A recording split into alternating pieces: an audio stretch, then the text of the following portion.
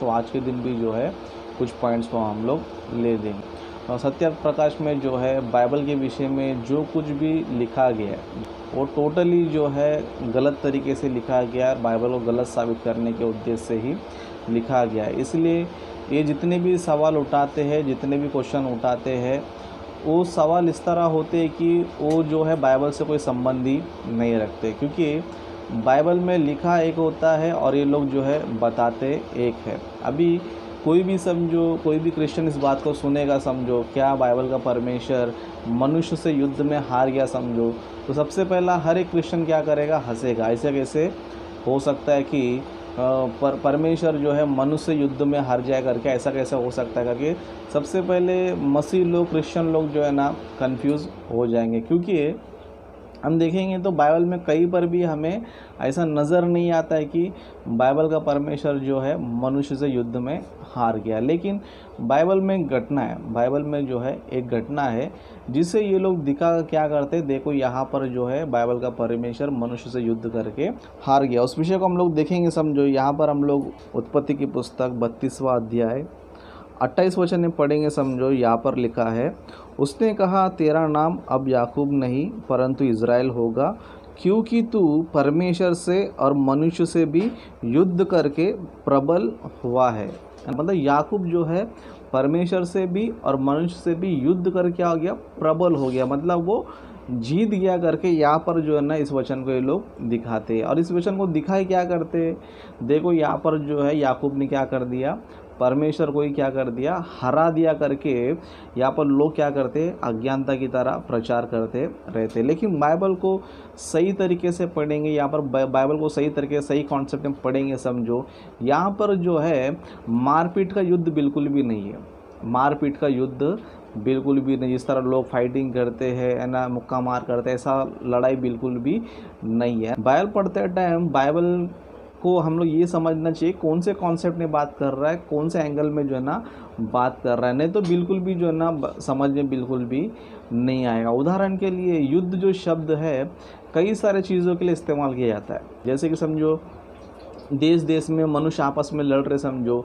उसको क्या बोला जाता है, युद्ध बोला जाता है। उस तरह दूसरा एक युद्ध होता है कि अपनी इच्छाओं से लड़ना, अपने इच्छाओं से लड़ना, अपनी इच्छाओं से युद्ध करना। मतलब बहुत से लोगों की बुरी इच्छाएं होती है, तो इंसान जो है उस बुरी इच्छा ऐसे कंट्रोल करने के लिए क्या करना पड़ता है, उसको बुरी इच्छा से युद्ध करना पड़ता है। उस तरह और कुछ युद्ध होता है कि अपने ज़िद को पाने के लिए या फिर किसी चीज़ को पाने के लिए युद्ध करना। तो युद्ध जो शब्द है कई सारे कॉन्सेप्ट में जो है ना इस्तेमाल किया जाता है। अब यहाँ पर हम लोग देखेंगे, समझो यहाँ पर युद्ध कौन से कॉन्सेप्ट में इस्तेमाल किया गया है, क्या यहाँ पर फाइटिंग वाला युद्ध है क्या, या फिर ये कोई इच्छा को पूरा करने का युद्ध है क्या, नहीं तो कोई ज़िद का युद्ध है। अगर हम देखेंगे समझो यहाँ पर संदर्भ को हम पूरा देखेंगे, समझो यहाँ पर मारपीट का युद्ध बिल्कुल भी नहीं है। यहाँ पर कॉन्सेप्ट क्या पता है, परमेश्वर की तरफ से एक मनुष्य जो है याकूब के पास आया। उस वचन को हम लोग देखेंगे,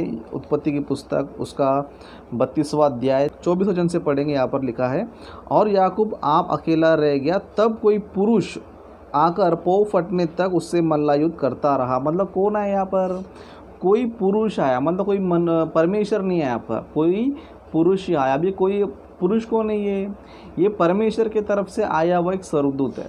परमेश्वर के तरफ से एक स्वर्गदूत जो है पुरुष के रूप में आया है। तब क्या हुआ, देखो जब उसने देखा कि मैं याकूब पर प्रबल नहीं होता, तब उसकी जांघ की नस को छुआ और याकूब की जांघ की नस उससे मल्लायुद्ध करते ही चढ़ गई। तब उसने कहा मुझे जानने दे क्योंकि बोर होने वाला है। याकूब ने कहा जब तक तू मुझे आशीर्वाद ना दे तब तक मैं तुझे जाने ना दूंगा। यहाँ पर देखेंगे, समझो याकूब क्या कर रहा है, ज़िद पकड़ा है। याकूब क्या कर रहा है, ज़िद पकड़ा है और उस स्वर्गदूत को जो है, उस पुरुष को जो है ना पकड़ के रखा है। और क्यों पकड़ के रखा है, इसलिए पकड़ के रखा है कि तू मुझे जब तक आशीर्वाद नहीं देगा तब तक मैं तुझे जाने नहीं देगा। मतलब यहाँ पर कौन सा युद्ध है, यहाँ पर फाइटिंग वाला युद्ध नहीं है, इसने इसको मारा उसने इसको मारा इस तरह हुआ करके नहीं है। यहाँ पर संदर्भ को ध्यान से पढ़ेंगे, समझो परमेश्वर की तरफ से एक स्वर्गदूत जो है पुरुष के रूप में आया याकूब से वो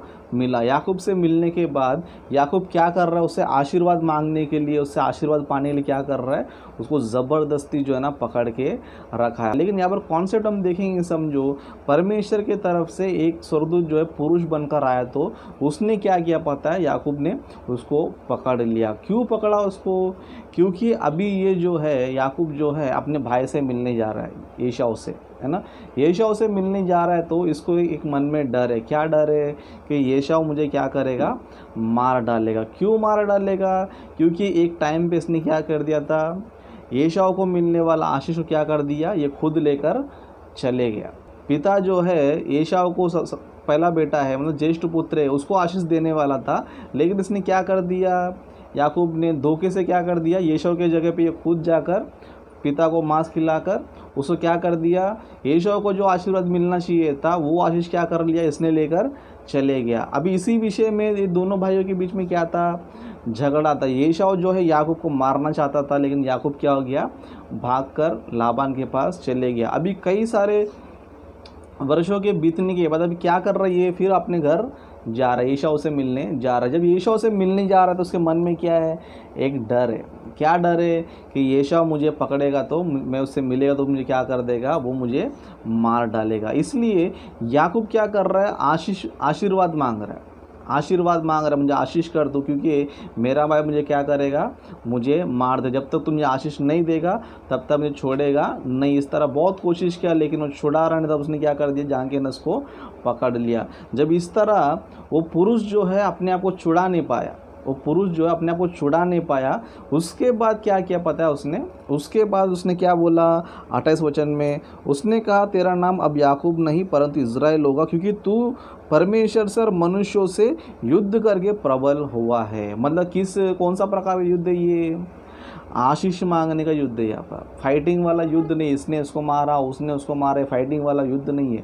अपने ज़िद में, अपने आशीष मांगने का जो ज़िद था, उस चीज़ में याकूब क्या हो गया पता है, प्रबल हो गया, जीत गया। ये जो है ना कॉन्सेप्ट है। लेकिन ये लोग जो है अज्ञानी लोग हर चीज़ का क्या करते हैं, उल्टा मतलब निकालते और उल्टा मतलब क्या करते रहते, प्रचार करते रहते। देखो बाइबल का परमेश्वर जो है याकूब से युद्ध में हार गया।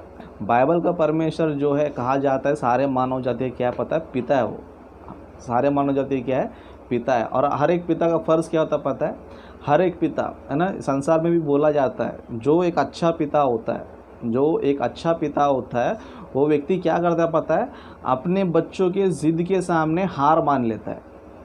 अपने बच्चों के ज़िद के सामने हार मान लेता है। हमारे बच्चे क्या करते हैं, कोई ना कोई चीज़ चाहिए जिद करते रहते, वो ज़िद करते रहते हैं ना, मुझे ये चाहिए तो चाहिए, चाहिए तो चाहिए। पिता बोलता है मैं तुझे नहीं दूंगा, बाद में दूंगा, कल दूंगा, परसों देगा करके बोलते रहते हैं। बच्चा क्या करते रहता है, ज़िद करते ही रहता है, करते रहता है, चाहिए तो चाहिए करके ज़िद करता रहता है। तब एक अच्छा पिता क्या करता है, तब एक अच्छा पिता क्या करता है, उस ज़िद के सामने अपनी हार मान लेता है और उसको वो चीज़ क्या कर देता है, दे देता है। यहाँ पर जो है ज़िद में जो है एक पिता को क्या करना पड़ता है, हारना पड़ता है। और जो पिता हारता है समझो, उसको ही बोला जाता है कि जो अपने बच्चों के ज़िद के सामने हार जाता है वो पिता बहुत ही अच्छा होता है ना। ये जो है बाइबल का परमेश्वर है ना।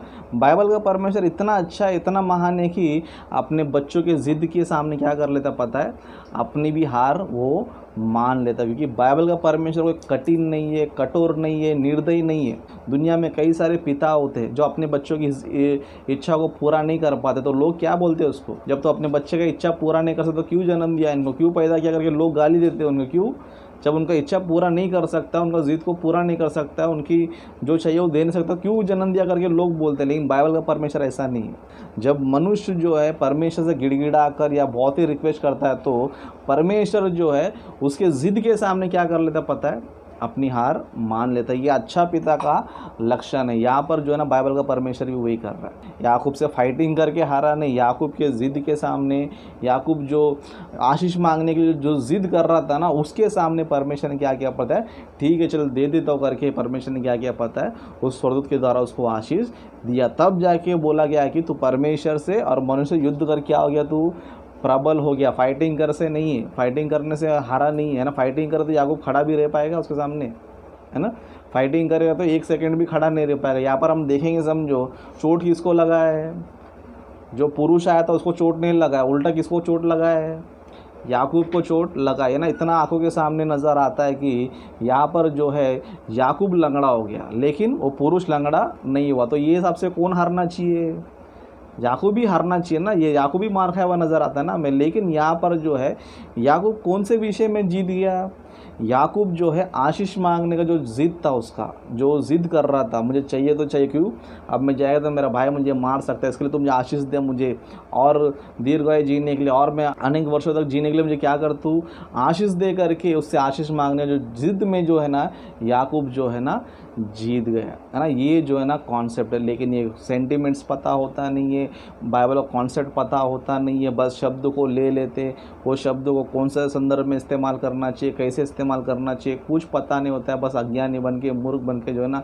किताबें लिखते रहते, अपने समाज को क्या करते रहते, मूर्ख बनाते रहते ना। बाइबल को पढ़ते हो तो कॉन्सेप्ट समझो, बाइबल क्या कॉन्सेप्ट बताती है।